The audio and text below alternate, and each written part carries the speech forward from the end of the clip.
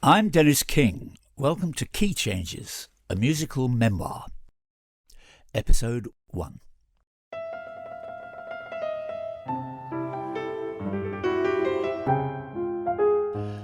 Over the next 13 episodes, I'll be taking a tour in words and music of my life in the sometimes wonderful, occasionally strange, often hilarious, but mostly downright mystifying business we call show. But just before I get started, my wife Astrid has asked to put in her 2 cents worth, which I'm more than happy to let her do, as I've learned never to argue with an American female who's 4 inches taller than me and has an even longer reach.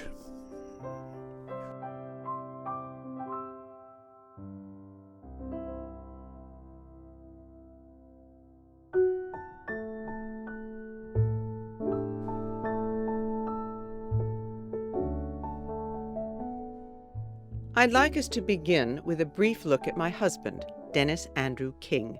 That's Denis with 1 N for nice, and an Englishman worth crossing an ocean for. Denis, who dislikes the name Denis and prefers to be called DK, Den, or, my choice, Honey Bunch, is also kind, polite, dependable, witty, attractive, talented, and how can I put this? Short. I mention this only because he does. He's 5'5" and 3/4, he tells me, and was nicknamed Shortoss at school. But he treats his diminutive stature, to borrow his words, the way he treats most things, with good humor. As a point of reference, Denis comes up to John Cleese's armpit. They actually measured it once when they worked together. Anyhow, I don't find Denis short. I find him, if you can stand this, perfect kissing height. And I think he feels the same way, but, well, when he's not being distracted by me, Denis is a composer. As a child, then a young man, Den starred and toured with his brothers in twice-nightly variety theatre, appearing at the London Palladium and the famous Windmill, and countless empires, palaces, and hippodromes around the country. He's performed on radio and television, written hundreds of TV theme tunes, countless advertising jingles, played the piano here, there, and everywhere, and worked with the very best of the best. When I first came to England, Den was temporarily ensconced in a small, unattractive second-floor sublet on Belsize Crescent that his soon-to-be ex-wife had found for him. Every morning, Den would shut himself in the broom closet, they call a second bedroom over here, into which the piano had been squeezed, and compose, or decompose, he says, frantically trying to finish the background music, scoring, it's called, for a television series called Dick Turpin, about a highwayman in the 1700s, and there was a lot of music to gallop by and sword fight with around the place. I'd find myself moving fast, opening and closing cabinets, and chewing to the beat, or at least to what I thought was the beat. Anyway, Den would apologize for being so busy and for all the thundering hooves, but say that ever since he'd done a TV series called The Adventures of Black Beauty, and the theme had won all kinds of awards, he'd been inundated with horse-oriented work. But work is work, he said, and you don't complain until it stops. At which point, I notice, a maestro will shake his head and mutter about the decline of Western culture, but I'll leave Den to talk about that. Speaking of not complaining, I also notice that composers play the same couple of bars over and over and over until you want to scream, okay, make up your mind. Do you want it or don't you? But what's happening, Den says, is you're not just writing it for the piano, you're doing it for the full orchestra, called the lineup, meaning the composer hears that same couple of bars not as some mind-numbing license to kill, but as trombones, violas, drums, flugelhorns, and so on. "Darling heart," he said one day as I sat at the window watching Belsize Crescent turning into a tributary of the Thames, "could you possibly give me a hand sorting out the band parts for tomorrow's session? I'd be extremely grateful," he said. "Sure," I said, flattered. What are band parts? Well, band parts. I will explain. When musicians arrive for a recording session, be it for cast albums, television, film, whatever, they don't get handed the whole score. They only get to see their own parts. The flute player only gets music marked flute, the drummer gets drums, and so on. And they won't know what the alto saxophonists or flugelhorners will be doing. But apparently this doesn't matter. Yes, you heard that correctly. In those days, how it worked was this. Den would compose the whole score on his piano for whatever instruments he thought worked best, writing it all down in pencil as he went along on huge sheets of music paper. He would then ring his fixer, named George, who fixed, meaning booked, the musicians, as opposed to anything more illicit, and at the same time drop off that whole enormous score at his copyist's, a man named John, who, as his title strongly suggests, copied out all the musicians' parts individually in black ink onto smaller sheets of music paper and then returned them. Things have changed, of course, and these days Den can do the entire writing and copying thing with a computer program. Anyway, this is where I came in, because these small sheets of music paper were what I'd sort. They had to be separated, not only according to player, but stacked in the order in which they'd be recorded. For example, trombone 1M1 meant the first music cue for the trombone in episode 1, and I'd go on up to however many cues there were, and you do it for every instrument. And I was just delighted to be of use. Next morning, at the studio, I'd watch as Den leaped around setting these excellently sorted band parts onto the right music stands. Who sits where, having already been figured out by the studio engineer. The musicians would then start filtering in to set up and tune up and swig tea and eat biscuits and laugh and joke, and I'd watch, but these were all top session players, the cream of Britain's musicians, and Den was always thrilled to have them. They seemed happy to be there too, and were always coming up to me to say how much they liked Den's music and looked forward to his sessions. Whereupon I'd beam and say thank you, like I'd taught him everything he knows. Sharp on the hour, because producers worry about overtime, Den would be in Toscanini position on the podium, facing the band, baton in hand, looking cute wearing headphones, called cans, and I'd be in the control room watching through a big window, waving. Then, when the same engineer signaled ready, Den would snap his fingers to the right tempo, wait for the film footage to come up on a big screen, say, "All right, gents, ladies, a 1, 2, 3, and..."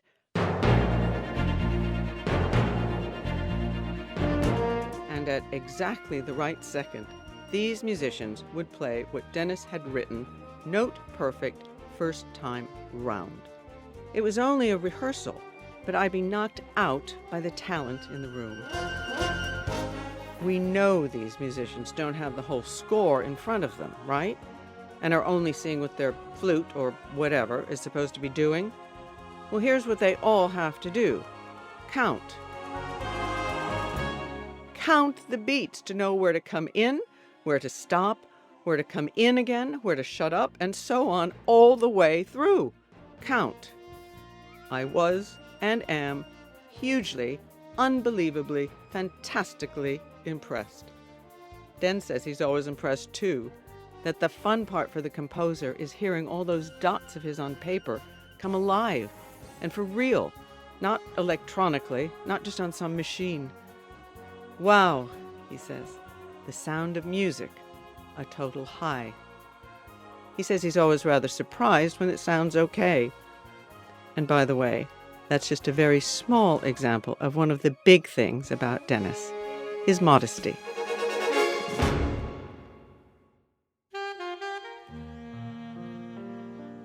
So here I am, still, after 45 years, in England, by his side, looking down on him and loving it. Sometimes I miss the States. Not so much now, but when I first came over, there'd be moments. I didn't want Den to see me being homesick. It didn't seem polite. So whenever it hit, I'd splash down the road 1/2 mile to Primrose Hill and make for a bench way up at the top, spread out a plastic bag, and sit. I'd look south through the grey, over London Zoo to the post office tower beyond, and go through a few pounds of Kleenex, thinking about friends and parents and maybe those hip waders I left behind in Connecticut. Then I'd leave Primrose Hill, wet and cleansed, and walk back to the flat. And there would be Denis, opening the door, wearing the colander on his head to cheer me up, which would make me laugh, and the more I laughed, the safer I felt. I may have given up a country, but look at what I got in return. It's one of those sturdy, two-handled jobs, too, that fits right over the sink. This is getting so romantic. Denis Andrew King is a real find, no question. And not a day goes by that I don't pause for a moment in whatever I'm doing and think how lucky I am and that I was smart enough to grab him. But let us not forget the music. The music. The music that fills, completes, indeed underscores our entire life, our home, and when we lived in London, even our street. As soon as I got out of the car, I'd hear it. Denis at his piano. And I'd pause. Strangers walking past would look up at our windows and smile. For one brief, surreal moment, I'd see the street as a giant stage set, and the passers-by as the chorus of a big Broadway musical, all pretending to be separate and unrelated, like a flash mob, but all secretly waiting for their intro, and at any second about to launch into some rip-roaring street scene production number with singing and dancing and cartwheels, and I'd want to shout out proudly, "He's mine!" But don't worry, the feeling would soon pass, about the same time as all the windows slammed shut across the street.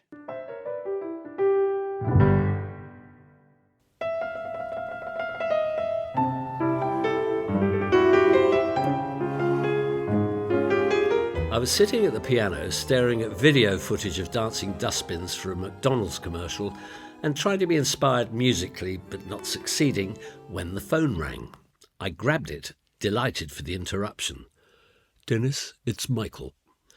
There was no mistaking the clipped, no-nonsense, all-business tones of Michael Codron, theatre producer, with whom I'd recently signed a contract to appear with Maureen Lipman in her new one-woman and one-short piano player show about the life of the legendary Joyce Grenfell. Rejoice, as it was called, was due to begin an 8-week run at London's Fortune Theatre in September. The year was 1988. I also knew why he was calling. It was about a jacket, a rather important jacket, as it would turn out. At a production meeting some days earlier, director Elaine Stritch and I had discussed what I should wear on stage. I was happy to provide my own dress suit, but Alan wanted me in something different for the first act, the same trousers but another jacket. I said fine, I would contact my tailor in Fulham and have one made. Alan said perfect, he would inform Michael Codron. Obviously he'd done that. "Michael," I said, flipping the off switch on the dancing dustbins, "how are you?" "About this jacket," Michael said. "I'll send you to Berman's and you can find something to fit." Berman's was a theatrical costumier's. "Oh," I said, "I'm afraid I can't do that, Michael." "Why not?" I explained that I'd be appearing in a West End show. I'd be on stage the entire time, and if I'm sitting at the piano for 2 hours, I wanted to be comfortable. On top of which, being short, I'm not easy to fit. I told him I'd have something made by a tailor I knew in Fulham. There followed a long pause. Michael makes Pinter seem like a chatterbox. "And how much does your little tailor in Fulham charge for a jacket?" he eventually said in a cutting tone. "I think about £400. Another silence followed. I waited, as usual. "Michael, is that all right?" After another couple of minutes, I realised he'd hung up on me. I immediately phoned Alan Strachan to report that our producer did not appear wildly enthusiastic about paying for me to have a jacket made. Alan said nonsense, he would speak with Michael, that after all Maureen had had a whole wardrobe of costumes made. It was only fair why I was on stage as much as she was. Absolutely. I couldn't have agreed more, and with slightly more enthusiasm went back to work on the dancing dustbins. Alan rang back, stunned. Michael was completely intransigent, he said. On no account would he pay for a jacket to be made. I switched off the dustbins. I told Alan to please tell Mr. Codron that on no account would I be prepared to wear some old second-hand thing that didn't fit properly. It's nerve-wracking enough having to be out on stage anyway. You don't want the added worry of everyone thinking you borrowed your big brother's clothes. You want to look decent. I sensed the jacket becoming a deal-breaker. I also sensed that as I was between agents, I'd be having to negotiate the terms of the contract myself, not something I enjoy or am much good at. A week passed, not a word from Michael Codron. Alan and Maureen were becoming increasingly concerned, as rehearsals were looming and they had no piano player. Having by this time successfully completed a score for the Dancing Dustbins, I was by now immersed in creating something equally musically memorable for Lavatory Cleanser when the phone rang. "Dennis, it's Michael. I've been thinking. You go and get your jacket made from your little tailor in Fulham, pay for it yourself, and I will hire it from you for the run of the show at £20 per week."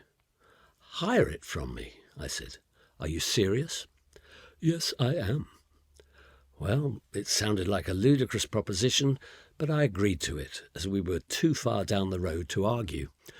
I signed the contract and proceeded to have a beautiful jacket made by Mr. Dimmy Major, my little tailor in Fulham, for £400.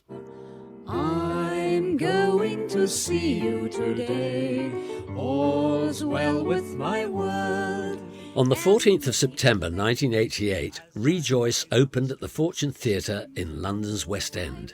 It was an immediate hit, a hot ticket.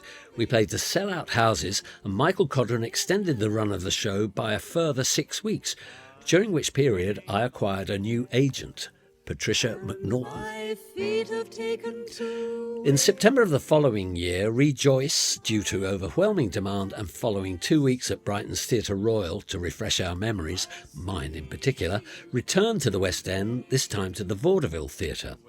I received not only an increase in salary, but my new agent had skillfully negotiated a £5 increase on the weekly hire of my jacket. We played 10 weeks at the Vaudeville, again to packed houses. All is enchanted. In February of 1990, Rejoice had its American premiere at the Long Wharf Theatre in New Haven, Connecticut. My jacket again got a raise, although I didn't. Upon returning to England, my deal was renegotiated yet again, this time for a UK tour, and again the jacket did incredibly well out of it. It also got a fee for appearing on my back when Rejoice was filmed for BBC television. Today, by my reckoning, my £400 jacket has cost Michael Codron in excess of £2,000, and he doesn't even own it. I do. But for some inexplicable reason, he seems to think he got the best of the bargain, and never fails to remind me of this, rather smugly even, on the odd social occasion that we meet. "How's the jacket doing, Dennis?" "Wonderfully, Michael, thank you. It sends its regards." Doing Rejoice holds countless memories for me. Working with Maureen Lipman, who was breathtaking as Joyce Grenfell, playing to packed houses, meeting royalty, watching Reggie Grenfell's face light up at seeing his Joyce again. Even watching a friend's husband nod off throughout the show and afterwards tell Maureen what a riveting evening he'd had. One can see a surprising amount from a piano on stage. And so should Michael Codron ever bring Rejoice out of cold storage, the jacket and I, though both slightly moth-eaten by now, will be waiting in the wings at the ready. But by far the greatest eye-opener of the entire experience was finding myself back on stage again after so many years. I thought I'd given all that up for good. Which leads me, of course, to the King brothers. What is a King brother, you may well ask? A King brother is a former member of a popular British musical trio of yesteryear, once adored by a certain age group, remembered today by few, and when last seen, still alive. At least I was at breakfast.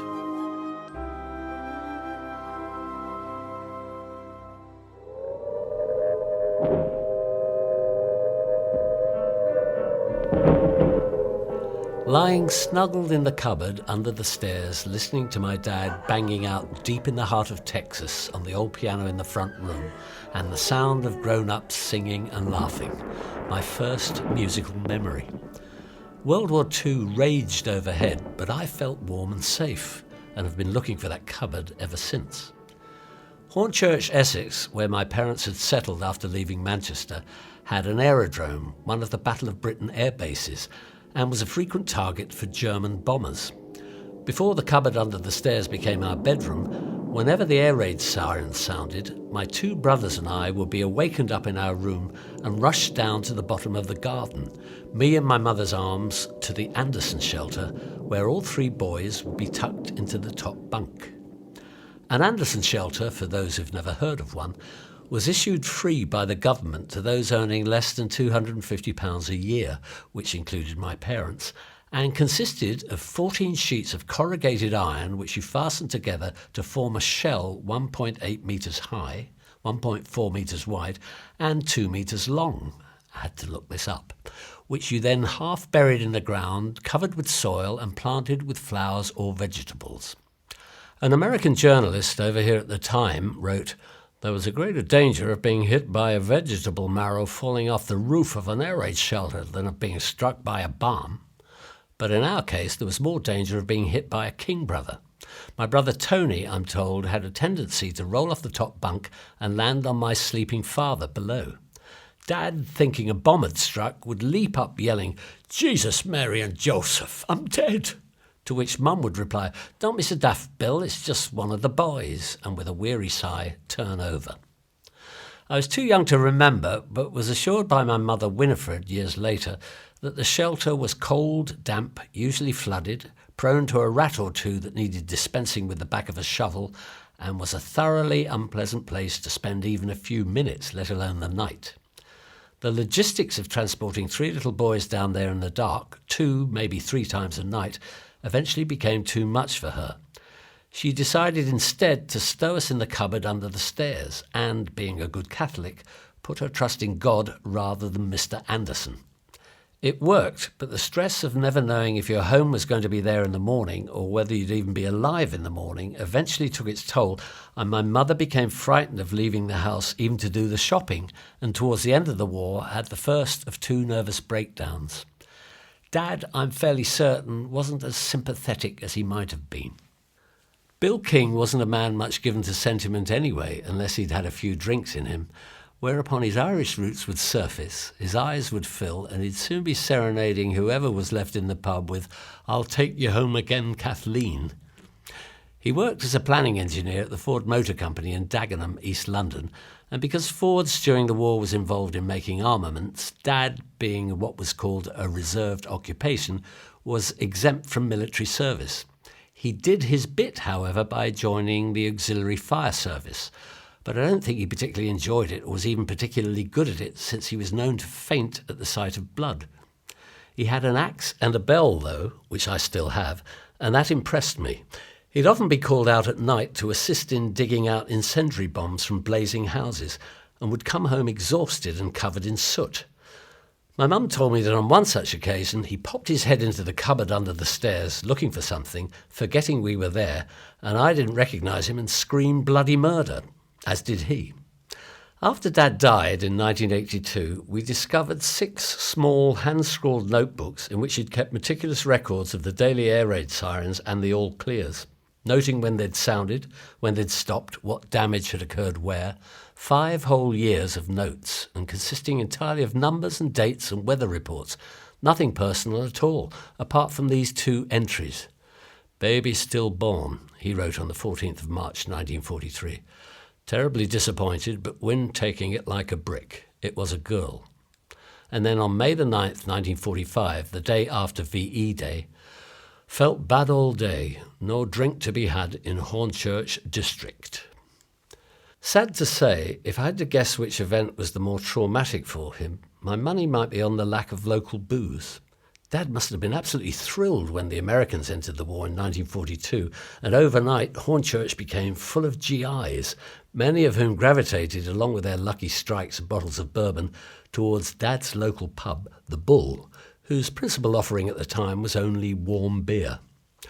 Always up for a party, Bill, after closing time, would invite these GIs back to the house for a noisy sing-song round the piano, and that's what I heard, lying snuggled and safe inside the cupboard under the stairs. Fortunately, my mother Wynne enjoyed an ease up as much as my dad. She had a sweet, bell-like voice I could hear above all the others, however raucous the party. And on any given night there would be at least a dozen GIs present, plus Irish drinking mates, neighbours, friends, all crammed into our front room. One of the Yanks would invariably stick his head into our cupboard and say, "Hey kids, want some candy?" and would be showered with Hershey bars and Wrigley's Juicy Fruit chewing gum, all of which we'd immediately stuff into our mouths and fall asleep savouring. Events which I'm now convinced should come under the heading war crimes. You should see what I've had to shell out over the years on bridges and crowns. I think in some respects Dad was almost sorry to see the war end. But he soon had another focus, one that was to last him a good 25 years, and it was all down to the fact that he happened to possess an extraordinary musical ear. As well as being able to drink practically anything and repair practically anything, from a broken lamp to a toilet to a fan belt or a manifold, whatever that is, my idea of car repair is dropping it off at Scarlett's Garage over in Westleton. Dad could also play a tune on practically anything. Violin, harmonica, accordion, guitar, banjo, saxophone, piano, comb and paper. Any instrument put in front of him he could make a sound on, and a pretty good one, and without having had any music lessons on any of them. And as soon as he noticed that I had inherited this musical ear of his, I became his sole focus, not counting the pub. As the family story goes, apparently I sat down at the piano in the front room one day, aged 5, and played precisely what my father had just played, Don't Fence Me In. Dad's jaw dropped and his pipe fell out of his mouth. Win, he cried, look at this. And when my mother came in from the kitchen, Dad told me to play it again, which I did, and then her jaw dropped open. I don't remember any of it and can't tell you how I was able to do what I did because I don't know. My hands, as they still do today, just sort of knew where to go. Dad immediately found me a piano teacher, a bastard called Alec College. Mr. College, who I most definitely do remember, would insist I keep my hands in a fixed position as I played, wrists raised as if gripping an invisible railing, and if ever they slipped back to a more comfortable position, for example one in which I could actually play, which they did frequently, he would strike me sharply on the knuckles with a black and brown striped wooden ruler. I think it's safe to say I learned nothing from Mr. College except possibly a dislike of rulers and Mr. College himself. Dad insisted I practice an hour a day and I'd be locked in the front room to ensure this happened. I soon discovered I had a knack for being able to play the same piece over and over from memory whilst at the same time reading a comic book.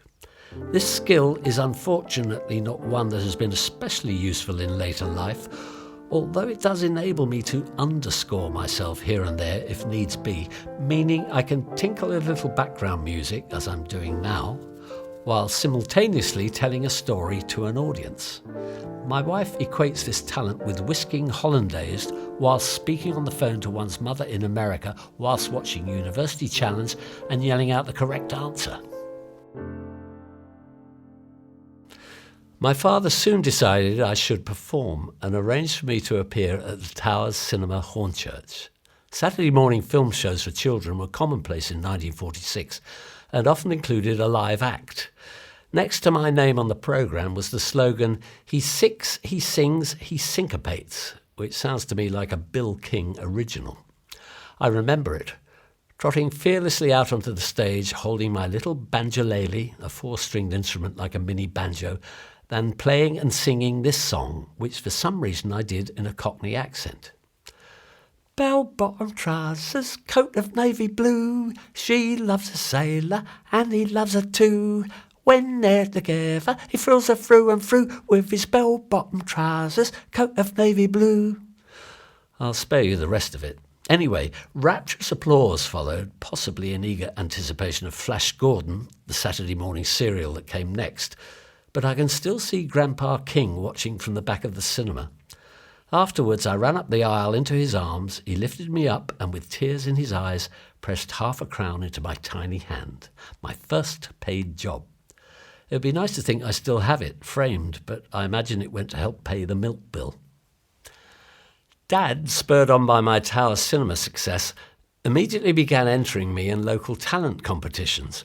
Press coverage from this period is slim, but according to a 1949 issue of the Ford Motor Company News, which I happen to have in my possession, I auditioned for the Carol Levis show at the Camberwell Theatre and was ruled too young to appear, but allowed to entertain in an unofficial capacity, whatever that means. My father then decided to expand the act. My eldest brother Mike, despite a limited musical ability, needed no encouragement. Dad taught him a few chords on the guitar, I played the piano and accordion and sang harmony. Neither of our voices had broken, and our repertoire was limited to 3 songs: Faraway Places with Strange-Sounding Names, When the Saints Go Marching In, and Hear My Song, Violetta. Nevertheless, and I speak with some authority here, thanks to Mrs. Winifred King's foresight in keeping scrapbooks of her son's triumphs, it seems we consistently brought the house down at such veritable venues as the Railway Hotel Dagenham, in aid of the Ford Angling Society, the Rex Cinema Collier Row, where we won a silver cup, and I wouldn't be at all surprised if the audience at the Ford K9 section's first smoking concert 1951 is still talking about us. Mike and I made a few recordings, Dad's idea, in one of those little booths they had at the time where you'd go in and pay 2 shillings, about 10p, pull the curtain and come out with a 78 RPM acetate disc of yourselves singing, which you then rush home to play on your wind-up gramophone. Recordings which will sadly never get the chance to be traded for vast sums on eBay since they no longer exist, since Mike's ex-in-laws, scrap metal merchants in Shepherd's Bush, lost them, or perhaps made coasters out of them. Inevitably, it dawned on my father that a duo could very easily become a trio, at which point Tony, my middle brother, was press-ganged into the act. A man named Cyril from the Ford Motor Company, an establishment which seems to be featuring more and more in our career, played the double bass in a local string quartet, and Dad persuaded him to give Tony lessons. Tony, by his own admission, was not naturally musically gifted, but through sheer determination and perseverance and practice, he became a more than competent bass player. And, in fact, all these years later, he'd been enjoying playing in a local pit orchestra down in Kent until he began suffering from a form of narcolepsy. And when the drummer started having to prod him awake for each number with his drumstick, Tony decided it might be time to put the bass in mothballs and go and nod off in front of the TV instead. We want to say hello, we want to see you smile, we're here to Thus were the King brothers born, whether we liked it or not. 3 young, naive Essex boys about to be thrown into the starry, seductive and often seedy world of showbiz. For William and Winifred King of 12 Greathouse Avenue, Hornchurch, planning engineer at the Ford Motor Company and housewife, life was to become decidedly different. For us, the brothers, life was just going to be, well, life. In the next episode, the King brothers discover the perils and the perks of life in a 50s boy band, touring without a chaperone, and what exactly was meant by twice nightly variety. See you then.